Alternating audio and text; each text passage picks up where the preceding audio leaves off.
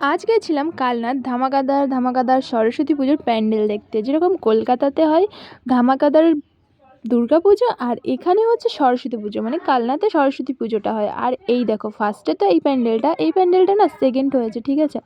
আর আমি যেতে না একটু লেট করে দিয়েছিলাম, তাই জন্য আমি সব প্যান্ডেল দেখতে পাইনি, এবং ভূতের প্যান্ডেলও হয়েছিল। আর এই যে দেখছো, এটা হচ্ছে 108টা মন্দির, সবাই তো অনেকেই চেনো।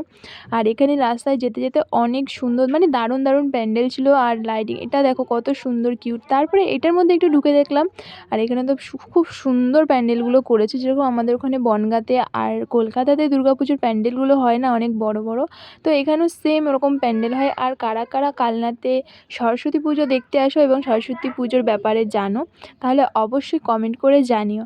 আর তারপরে আমাকেও একটু দেখিয়ে দিলাম। তারপরে এখানে দেখো আবার আরেকটা প্যান্ডেল দেখতে চলে গিয়েছিলাম, আর এই প্যান্ডেলটা হচ্ছে সবথেকে বড় প্যান্ডেল, ঠিক আছে। এটা হচ্ছে ফার্স্ট হয়েছে, আর ফার্স্টে তোমাদের যেটা দেখিয়েছি ওটা হচ্ছে সেকেন্ড হয়েছে।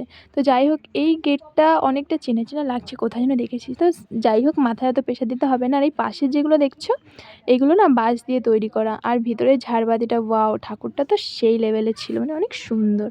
তারপরে পুরো ব্যাকগ্রাউন্ডটা একটু দেখিয়ে দিলাম। এখানে জগন্নাথের ঠাকুর হয়েছিল। আর এখানে দেখো পেছনে, এই পেছনে আবার গার্ডেনও লাগিয়েছে, গার্ডেন ফুল গাছ লাগিয়েছে সেলফি তোলার জন্য। তারপরে এখানে দেখো খেলা হচ্ছে, খেলা দেখছি। এখানে বড় একটা নাগরদোলনা আছে। আর আমি না সব প্যান্ডেলে একটু একটু ঘুরে দেখেছি। আর এখানে দেখো নেতাজি এইসবের মানে সব কিছু দিয়েছিল। তারপরে সব কিছু, মানে এখানে ফটো, এটা হচ্ছে ফটো খাতা এইসব দিয়ে বানিয়েছিল, পেন পেন্সিল এইসব বাগেরা বাগেরা।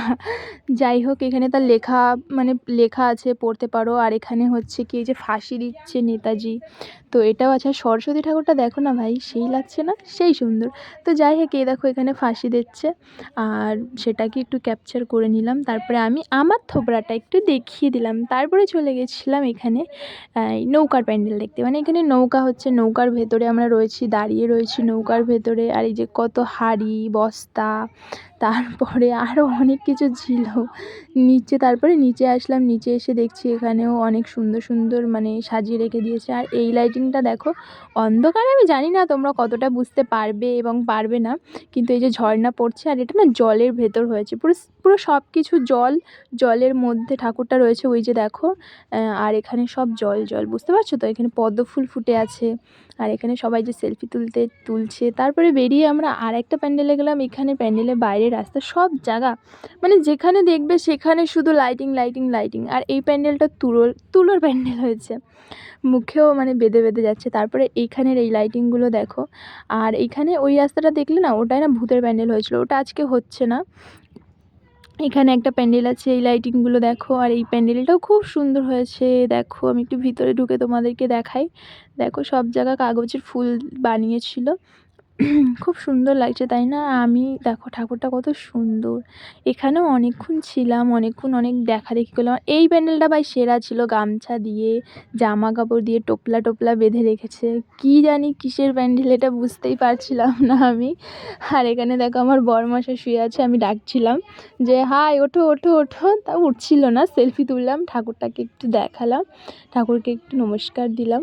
তারপরে এই দেখো কত জামা, দেখলে? তারপরে আমরা আস্তে আস্তে টুকটুক করে দুসরা মানে আরেকটা প্যান্ডেল দেখার জন্য বাইরে যাচ্ছিলাম।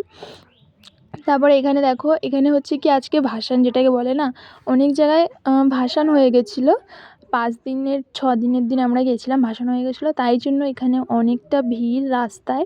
আর এখানে অনেক ভিড় হয়। আর এই যে ঠাকুর, এটাকে ভাসান দিতে যাচ্ছে। আর ভাসান দিতে আমাদের ওখানে দেখো নর্মালি কি হয়, ভাসান দিতে যাও, ঠাকুর নিয়ে যাও, গান বাজনা করো, হয়ে যায়। আর এখানে না দেখো সারা দুনিয়া ঘুরবে, আর এখানে গান হচ্ছে, গান গাচ্ছে। আর এখানে একটা না সব কটা ঠাকুর এরকম করেই করবে। আর এখানে দেখো এরা কি বেশ বলে, আদিবাসীরা নাচ করছে, ব্যান্ড পার্টি বাজাচ্ছে, মানে এদের একটা আলাদা লেভেলই ভাই, সেই লেগেছে। তোমাদের কেমন লাগলো কমেন্ট করে জানিও। বা